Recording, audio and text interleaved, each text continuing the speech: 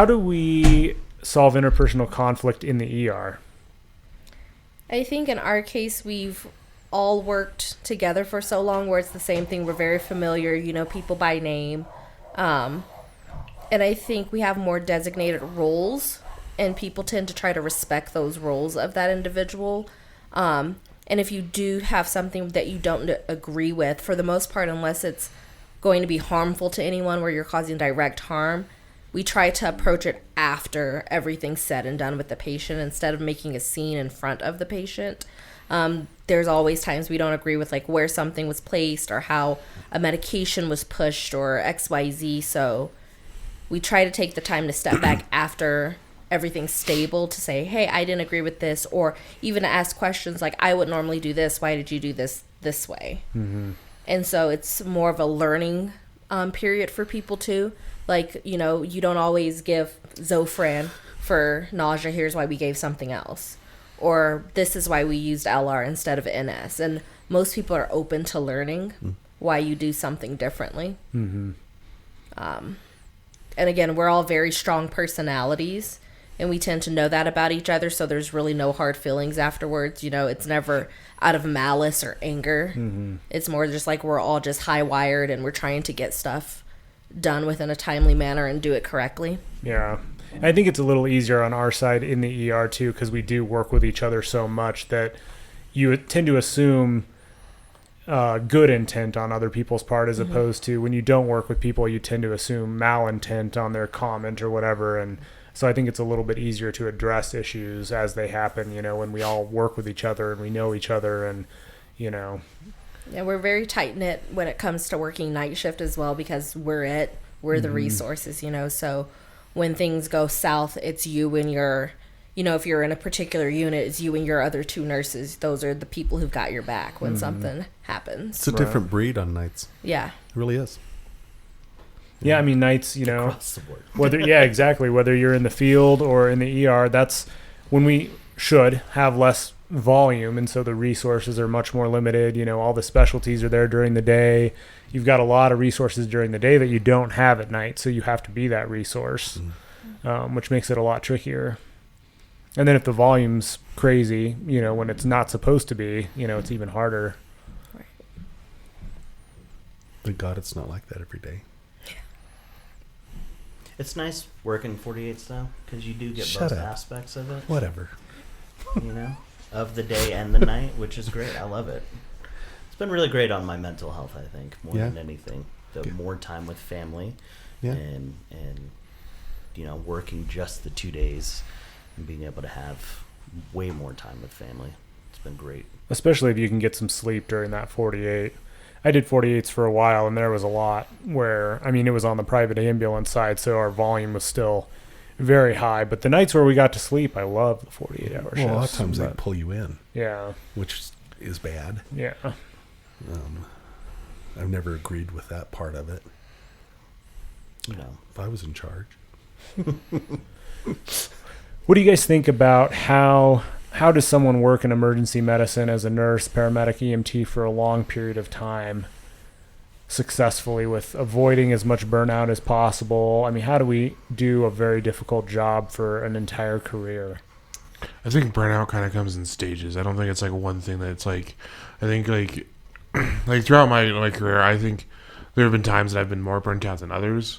Like at this moment, I think I'm at like probably the least burnt out I've been in a long time, just because I'm taking a step back and just enjoying the part of the job that I enjoy, and remembering to just to do that, and remember that it's like it is also just a temporary thing. Everything, like the nice thing about emergency medicine is it is all just short-lived. Even in the ER, average patient stay is what, like 4 or 5 hours maybe at most.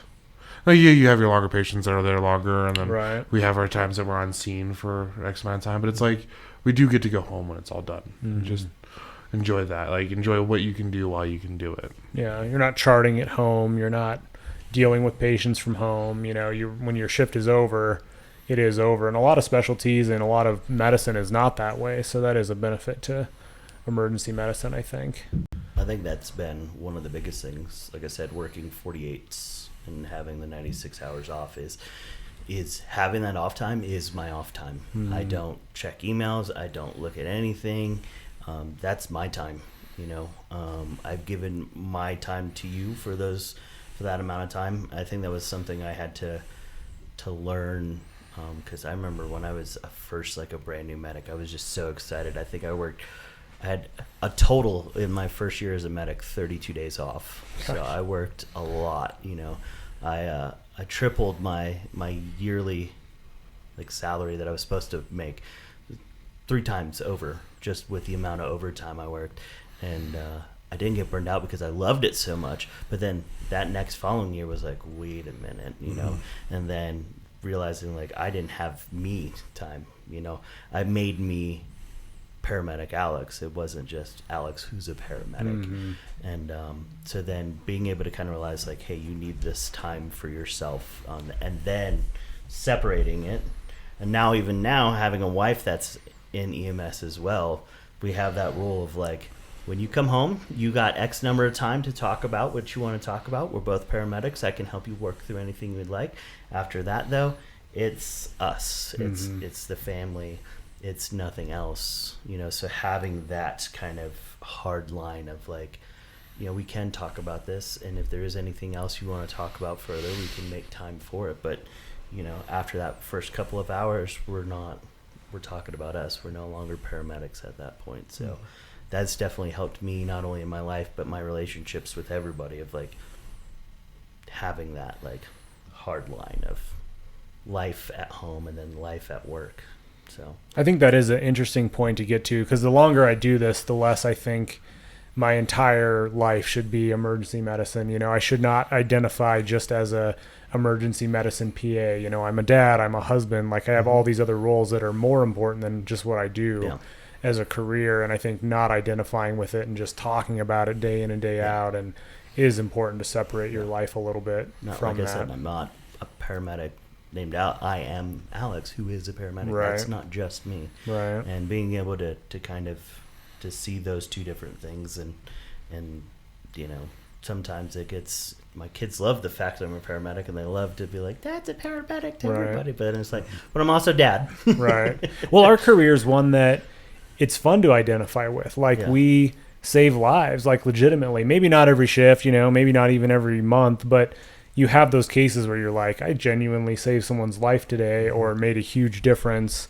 And it's a cool field. Everybody likes to hear about it. So it's hard to get past that point of making it your entire personality. When you're a brand new EMT, you're carrying C collars around in your car. You're like, oh, there's a car accident up there. I need to go hold C-spine. And like you make it your whole personality. You're wearing your company's logo on your jacket on your day off. You're wearing a hat or something with their logo on it. And it's like your whole thing. I remember being a brand new EMT, I was all about that. I wanted to tell everybody the stories and wear the private ambulance company logo jacket on my day off so everybody would know. And then the longer I do this, the less I am likely to tell people what I do. It's okay to be that way in the beginning, because like you said, it's one of the best jobs I've ever had in my entire life. Like I constantly, patients are like, well, how do you continue to do this? And I'm like, hey, it's one of the easiest, but it's been one of the, like, I've loved this job. I feel like that old person that's like, I haven't worked a day in my life, right. But I truly haven't. Once you kind of find what you enjoy, you don't really feel like you work a day in your life. And having that excitement and joy about this job is awesome, but you also need to know where that limit in life is, where you have to pause and say, now it's me time. What do, just even sometimes asking people I work with, like, what do you like to do on your time off? And then they just go, yeah. What? I study, I study the emergency, that big ass emergency book. Like, I like rocks after work. Like, I go find rocks and stuff. Rocks are pretty cool. Rocks are freaking awesome, But then when you start asking like those newer people, and that's something I always tell EMT or paramedics and EMT students that I teach, because I help teach at the college, and that's one thing. I'm like, don't lose yourself in this. It's easy to lose yourself because of how cool of a job it is, but don't make that who you are. It's just a part of you now, and you have that opportunity. But if that's all you identify as, eventually when that's gone or not there, or you're struggling, then you struggle to find your own identity. It's hard. I think we all know people and that's the only identity that they have. Yeah. And I can think of a couple people off the top of my head that, if it wasn't for this job, they would have nothing. Yeah. And it's sad. And it's the same with nursing. You very often hear nursing is very much, it's a calling, and you have to have that calling. And for a lot of people, it's, no, this is something I'm good at and I like to do it. Not that I feel I have to approach it because it's the only thing I can do. Like, no, this is something I'm good at. I'm good at taking care of people. But also you have to take the time back to take care of yourself too.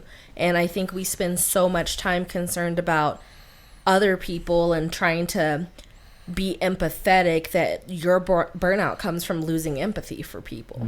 You spend so much time being empathetic for every single complaint that comes in that you lose the empathy for your family, for your friends. You lose joy in doing things because you've spent so much emotion trying to empathize with other people. You even just lose your empathy for yourself. Yeah. Just that self-identity of. Yeah, and that sometimes on the nursing side, even emergency medicine isn't always, the trauma that got crushed under the car or the person with the gunshot wound. It's sometimes just letting someone know, like, hey, your abdominal pain, it's from constipation. We can figure that out. We can get you going home, and taking joy and pride in that, that you still found that something was wrong and you still were able to help that patient fix that despite it not being an quote unquote emergent thing that was going on. It's their emergency. Yeah. Well, that patient's now going to go home and actually feel comfortable. Yeah. Not like they went to the ER and got the thing that they needed the ER to do for them.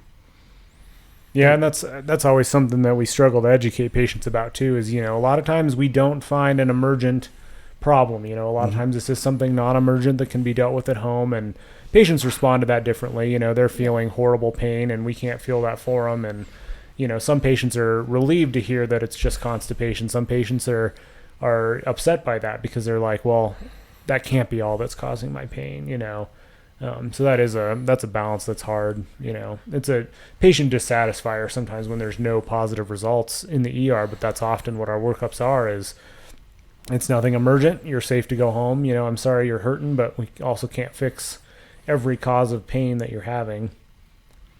I think that culture has changed as well. How often do you see somebody come in for something that really is not an emergency? That our systems do have to be. I mean, our system does it well, but every system needs to have some kind of infrastructure to take care of the patients that are lower acuity quickly, because there is very poor access to primary care physicians. There's a lack of primary care physicians. People just can't get in places that should be handling some minor complaints. And so you have to have the people out there that really are good at it. That have really great assessment skills, decision-making skills, and have the confidence to go, here, we're going to suture you up and send you away. Or we're going to write this script for you and go, here, fill that. And, like the good news is we don't need to order a bunch of labs and imaging on you. We can treat this here just based on a good physical exam. And like, sorry, you couldn't get into your primary care or urgent care is closed or whatever, but we can handle this here. And that we do fill the ER is the catch-all. We fill that role because patients are worried they have something going on and they can't get into their primary care doctor, and we're the catch-all. We fill in that role, and I think that's a perspective that even on the EMS side you kind of have to have, and not use it as something to burn you out on, is these lower acuity patients that maybe they shouldn't have called an ambulance, or maybe they shouldn't have come into the ER, but we are the solution to that problem. And we can still take joy in that, and like, hey, the good news is you don't have to stay in the ER for 5 hours to get a bunch of workup. I can put you on this antibiotic and, give you stricter term precautions, and you can follow up with your primary when they can actually get you in. And there is some job satisfaction from doing that too, even though that's not necessarily what the ER was built for. That's what we have become. And I feel like when I was on the ambulance, you get so burned out by like, I can't believe they called 911 for this panic attack, or I can't believe we're here in the middle of the night for this complaint. But if you use that as a way to burn you out, you'll burn out quickly, because I mean, people don't know. We're the ones that are educated in medicine. We're the ones that are educated in emergency medicine. And so we're here to provide that education in some ways and say, hey, you actually don't need to go to the ER for this. Here's some very strict return precautions should something get worse. But, the good news is you don't have to utilize the ER. But I think the times that we're in now, too, is that,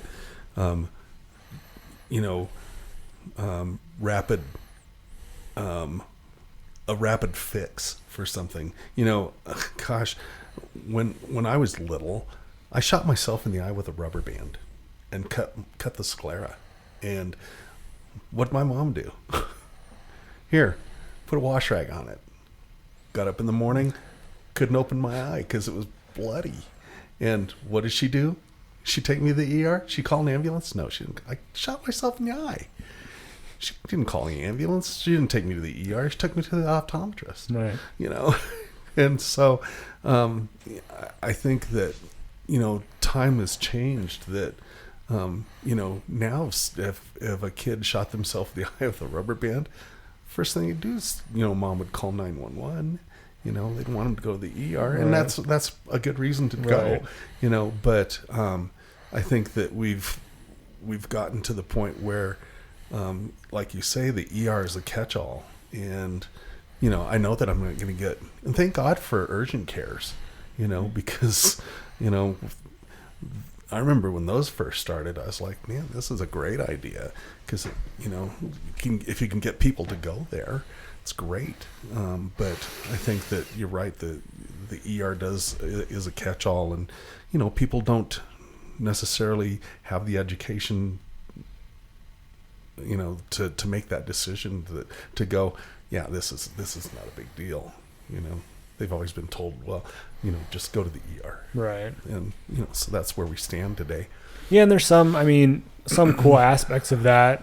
Being the catch-all is, regardless of your insurance or ability to pay or social status, like, we are there for you. Yeah.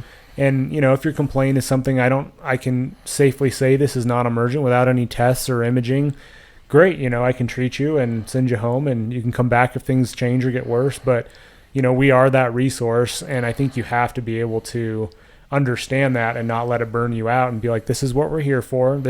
Maybe this is the worst cough this patient's ever had in their life, and maybe they do have a pneumonia or something that actually does need an intervention that they wouldn't have otherwise had. But, we're the ones that have the education to hopefully rule in and rule out those things. And regardless of a patient's social or ability to pay, we're there for them, which is kind of a cool thing. Yeah. A lot of places, primary care and specialties, they're getting all your insurance information before they're going to see you. They want to make sure you can pay.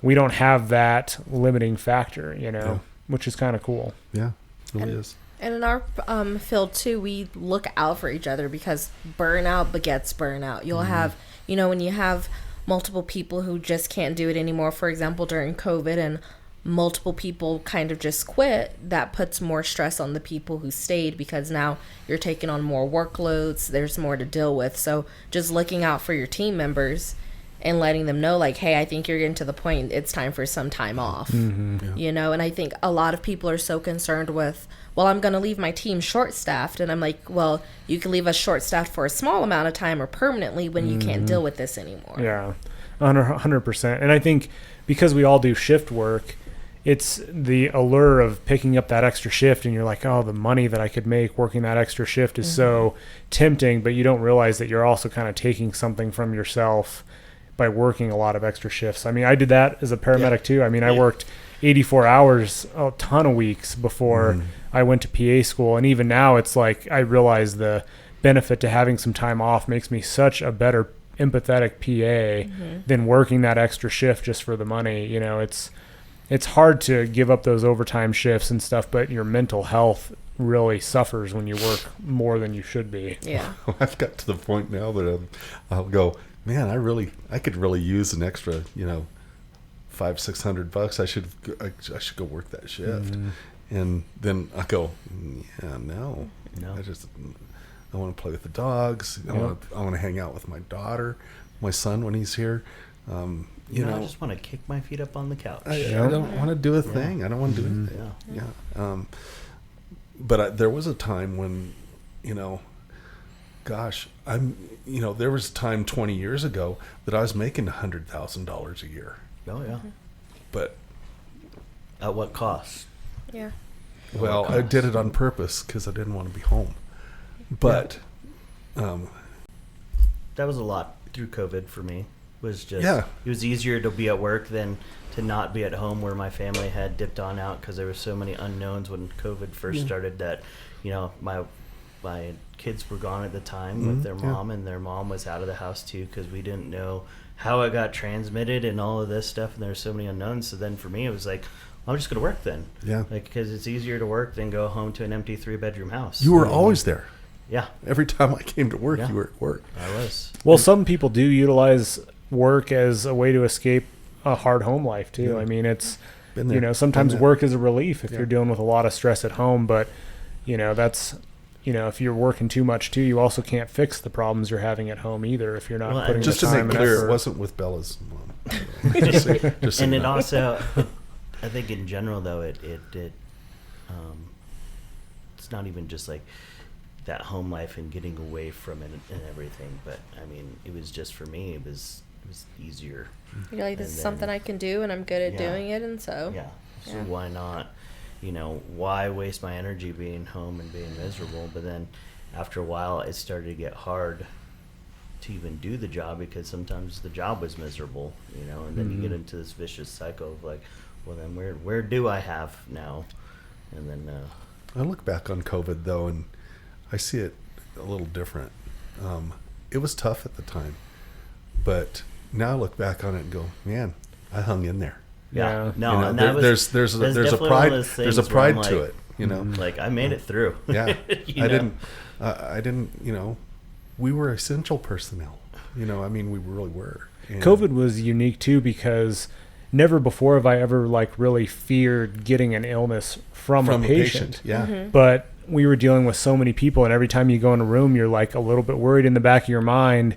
I might be dealing with this tomorrow now because I've seen this many COVID patients, and there was, some months there where it was killing a lot of people, and you're like, I might bring this home to my family. People are showering at work. I mean, we all ended up getting it at some point, and you never tested positive for it. Well, I didn't. I tested, but never tested positive. And you don't think you've ever had COVID? Nope. I could lick doorknobs and not get it. I had it 5 times. But I tested positive 5 times.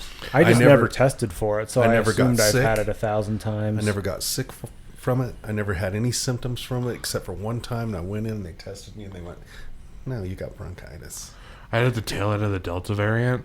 That was the worst experience. Really? Oh, it was so bad. I would take a step, I'd be out of breath. Yeah. I just sat on my couch watching TV. That's why I think I had it. I never got myself tested for it, but there was a couple colds I got where I felt really short of breath, and I'd never had that sensation with a regular virus before. But I was like, I feel really winded today. You want to hear something?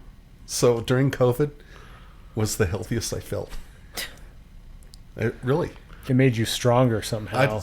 I was so there was one of the aspects of it. They said that people with O positive blood were resistant to it, and I'm O positive, and is that really a real thing? Yeah. Well, originally they thought it was. I don't know. But that's crazy because I'm O positive too, and I. You got it 5 times. All right. 5 times. Well, in the study of 2, not looking so good so far. Yeah. I just conducted an unofficial study, but that's anecdotal. The results don't look great. I was fortunate. I never ever got it. And like I said, when I did feel bad one time during that period of time, they made me go get tested, and I did that drive through at North and. Which was fun. The swabbing of the nose is really great because they reach right back into your, ear canal, with it. But came back a couple of days later, said, "Hey, yeah, you're negative." And I think COVID burnout was something special because for most people, it wasn't just COVID. It was the culmination of years of work, and then COVID hit, and that was just kind of the tipping point. It was the period of time where it wasn't a lot of new nurses in the field that left. It was a lot of nurses who had been in the field for a very long time that we're over it at that point. Well, you're kind of looking around and you're like, is this going to be emergency medicine for the next decade? You're like, is this ever going to improve? Because it went on for so long. You're like, things aren't changing. We're still having to wear PPE on every patient. And you're like, this might be the new norm. And like, thank God that things changed and, you know, the variants became less and less making people ill. But yeah, I mean, for a while there, I was like, this is like the new job. This is really rough. I was a brand new PA. I had just graduated PA school when it hit, and it just started in the ER, and our volumes kind of plummeted for a while, and we saw very sick people with COVID, and then finally it tapered off, but it took a couple of years.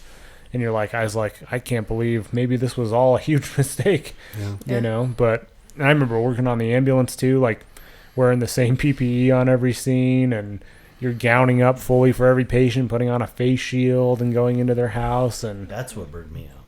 It wasn't as much as taking care of the patients. It was like the consistent of all the gear that you had to put on every single time. And eventually I was just like, I'm done.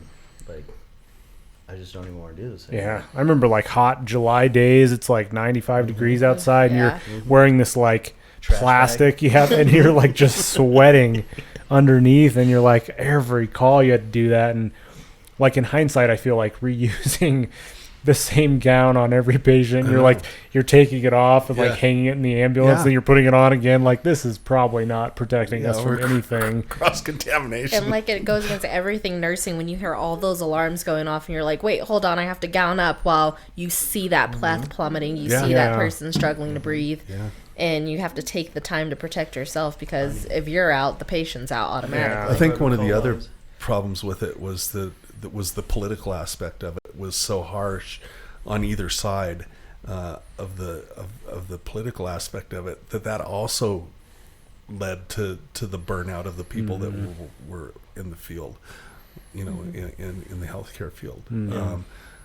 Because you would hear one thing, and then you'd hear a different thing, and it's like, well, you're not following the science. Well, you're not following the science. Well, blah blah blah blah blah. Well, what's the science? Well, I don't know. And so it was so many uncertainties, like you said, and it's. We went from this like everyday person to like, oh my gosh, you're a hero, and then to, why are you wearing your uniform outside of work? You're carrying it everywhere. Right. Like, if you stop somewhere on your way home to like get food or something, and then people like see you as a pariah, like like, don't come near me. It was like they'd call 911 and they thought they were bringing it right to the house, and it was just like, and that almost instigated that burnout too, where it was just like, you're calling us, but now you don't even want to answer your door. Like, what, can I help you? You called us. You know. Could you put a mask on? But we survived it. We did survive it. I think that's some of the craziest times of my career. 100%. It was a dark time for a while. I mean, especially in the ER, where like we're admitting all these old people that are doing horrible with it, and you're like, a lot of these patients are dying up on the floor. And the outside world, you know, regardless of where you fall on the political spectrum, we're totally ignorant of the fact, like, this is actually killing people. Like, we're seeing them on a daily basis with horrible oxygen saturations. They're not doing good upstairs. We're admitting them likely to die. Like, people, and, you know, there would be people that would be... Also, like, just treating them was so much different in the field. Yeah, it was. It was like, even you can tell it was like the fear of like, could this COPD be it? Yeah. Could this asthma be it? Right. Do I have to worry about giving them neb treatments? And it's a point where it's just like, if you needed a neb, I'm just giving you the neb. Right. Well, and even trauma patients would test positive for it. So, like, even completely non-related to respiratory stuff, they end up being positive, and you're like, well, what do we do with this now? How do we prep our OR rooms? How do we deal with double rooming? Mm-hmm. You know, and then when they got rid of double rooming, then it was like, well, now we've cut down, you know, that many beds. You can't take as many patients. Yeah, it was wild. Definitely. I think that in general, it was quite amazing with just coming out of it after that. I guess it was just a cycle of burnout, because at the end of it, I know a lot of people that are just like, I'm so done. Like, this is how it's going to be. I'm just done. And like I said, that's where that whole idea of using paramedics kind of came from, is so many nurses were kind of just like, I'm out skis, and then they were like, hey, wait a minute, we can use paramedics. And a lot of things good came out of it, I think, in our realm. And then it also got a lot of people out of this job that maybe shouldn't have been in there. Yeah. You certainly had to have a level of resiliency, I think, to come through something like that was just so long lived. I mean, this wasn't 6 months. This was like 2 full years. 2020 till I think the end of 2022. Yeah. I mean, it was just crazy. Because I remember I was in paramedic school. It was like April when it really hit, and I was just about to start my clinicals, and made my clinicals hard. I'm really glad that like the program I went to actually got us through it. Didn't make us have to stop. Like really just pushed us through, got us in the field. Did my internship that summer. Really saw it through my internship and had to learn. It's like, being a paramedic while learning how to deal with COVID. And it's like I'd already been an EMT for 2 years prior to that. And it was just an interesting Well, and lucky experience. you were, because if you'd gone to EMT school at that point in time, you would have not gotten to do any clinical stuff. Yeah, they didn't Because want, Same they with didn't let nursing. students They didn't anywhere. let And then, any students. and then they stopped most of the paramedic school and EMT schools not long after that. Yeah. Like in-person schooling and stuff. And that was just... Yeah, I got really lucky that we were able to Yeah. hold on to that last time, get us through, and get us into the field and get us going. Mm-hmm. Yeah, they didn't let students in the ER at all for quite a while.